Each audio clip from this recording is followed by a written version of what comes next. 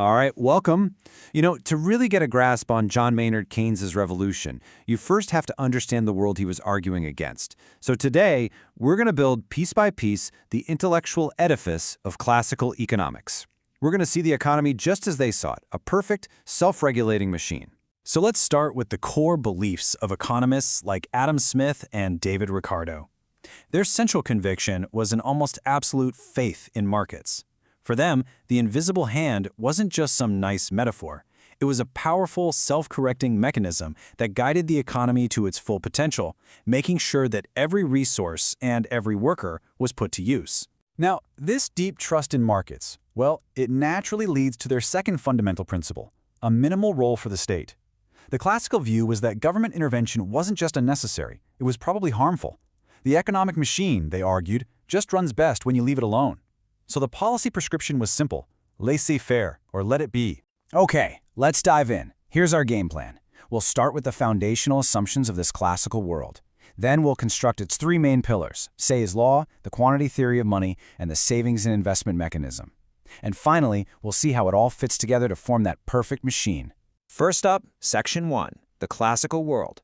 To understand the model, you've got to understand the world it assumes exists. What's really interesting here is how these assumptions create this perfect, frictionless economic environment. You've got rational individuals who always act in their own best interest. You've got perfect competition. And crucially, you have perfectly flexible prices and wages. They can adjust instantly to keep markets balanced. It's a world that's basically designed for equilibrium. Section 2, Say's law.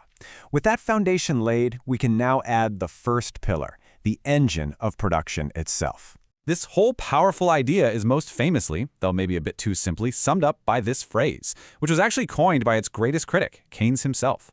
The core idea is that the very act of producing goods generates the income needed to buy them. In this world, a general crisis of overproduction, a general glut, is simply impossible. But is it really that simple?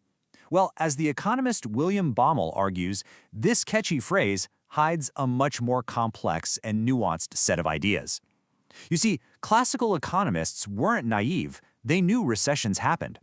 Their argument was all about the cause. So the crucial point to get here is that Say's law wasn't just one single law, but a whole set of interconnected propositions.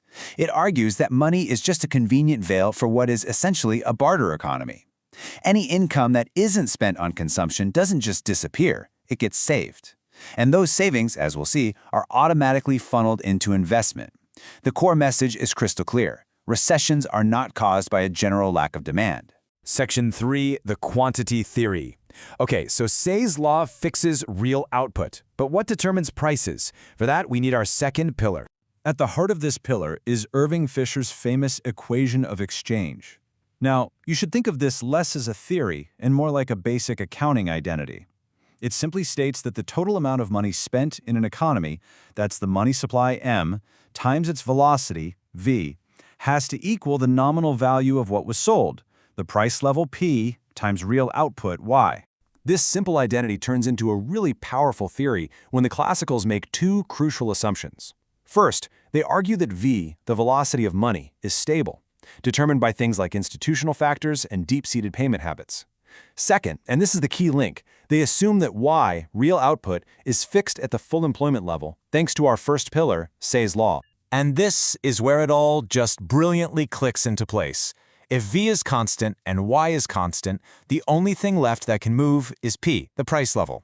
The equation tells us that P has to move in direct and exact proportion to any change in M, the money supply. Double the money supply and you double the price level. It becomes a purely monetary theory of inflation. Irving Fisher was so absolutely convinced of this direct causal link from money to prices that he got incredibly frustrated with his critics. For him, this wasn't a matter of opinion, it was a demonstrable scientific truth. The price level was a purely passive element, an effect, never a cause. This conclusion leads us to a really critical question. If money is neutral, meaning it only affects nominal prices and not the real stuff like production or employment, then what force coordinates that crucial flow of savings into the investment needed to keep the economy at full employment? Section 4, saving and investment. And this brings us to our final pillar, the financial flywheel that ensures savings don't leak out of the system, but instead get smoothly turned into investment. For the classicals, the answer was the loanable funds market, where the real interest rate is the price. A higher real interest rate encourages you to save but discourages businesses from investing. A lower rate does the opposite. So the interest rate just acts like this perfectly flexible price that automatically adjusts to make sure that every single dollar saved gets borrowed and invested. The great Swedish economist Knut Wicksell gave this equilibrium point a special name, the natural rate of interest. This is the rate determined purely by real economic forces, like the productivity of capital and society's preference for saving.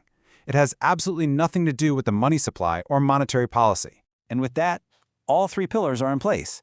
So now let's take a step back and look at the whole building, a self-contained, self-correcting, and, you have to admit, logically beautiful model of the economy. So here we have it. Notice the really elegant sequential structure. The real side of the economy, employment, output, the interest rate, that all gets determined first, completely independent of money. It's only after all the real variables are locked in that the money supply enters the picture, and its one and only job is to determine the nominal variables, the overall price level, and nominal wages. This clean separation of the real and nominal spheres is known as the classical dichotomy. From this perspective, money is nothing more than a veil. It can change the price tags on goods, but it can't alter the underlying real quantities, relationships, or outcomes of the economy. The classical model was really impressive in its logical consistency. A perfect machine always trending toward full employment, with no need for a government driver. But its elegant assumptions and logical conclusions were about to face the brutal test of the real world, the Great Depression.